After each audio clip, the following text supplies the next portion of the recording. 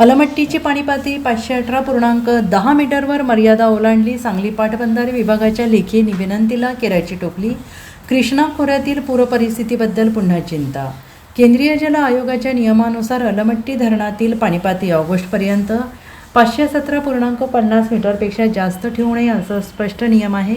महाराष्ट्र आणि कर्नाटकच्या राज्यपालांच्या बैठकीत हे धोरण निश्चित करण्यात आलेलं आहे. मात्र या नियमाकडे दुर्लक्ष करत 21 जुलै रोजी सायंकाळी अलमट्टी धरणाची पाणीपातळी 518.10 मीटरपर्यंत पोहोचली आहे. त्यामुळे कृष्णा खोऱ्यातील पूरस्थितीबद्दल पुन्हा चिंता व्यक्त होते आहे. सांगली पाटबंधारे विभागाच्या अधिकाऱ्यांनी सोमवारी अलमट्टी धरणातील पाणीसाठा कमी ठेवण्यासाठी आणि विसर्ग वाढवण्याची लेखी विनंती केली. मात्र अलमट्टी धरण प्रशासनाने या मागणीकडे दुर्लक्ष केलं असल्याचे चित्र दिसत आहे. उलट धरणातील पाणीसाठा वाढवण्यावरच भर दिल्याचे निरीक्षण समोर आलेलं आहे. हवामान विभागाच्या माहितीनुसार यंदाच्या मान्सूनवर एल निनोचा प्रभाव राहण्याची शक्यता असली तरी सध्या कृष्णा नदी खोऱ्यात पावसाचा जोर कायम आहे.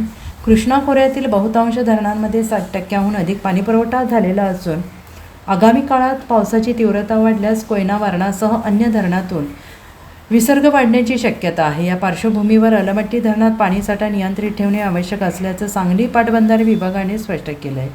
सांगली पाटबंधारे विभागाच्या कार्यकारी अभियंता सीमा मोहिते यांनी दिलेल्या माहितीनुसार मंगळवारी सायंकाळी 6 वाजेपर्यंत अलमट्टी धरणात 99.170 TMC पाणीसाठा झाला होता. धरणात गेल्या 10 तासात सरासरी 65,083 क्युसेक पाण्याची आवक होत असतानाही कृष्णा नदी पात्रात केवळ 12,500 क्युसेक विसर्ग सुरू ठेवण्यात आलेला आहे. त्यामुळे अलमट्टी धरणातील जलपातळी वाढत असून ती आता 518.10 मीटर एवढी झालेली आहे. Bureau report SBN Marathi Sangli.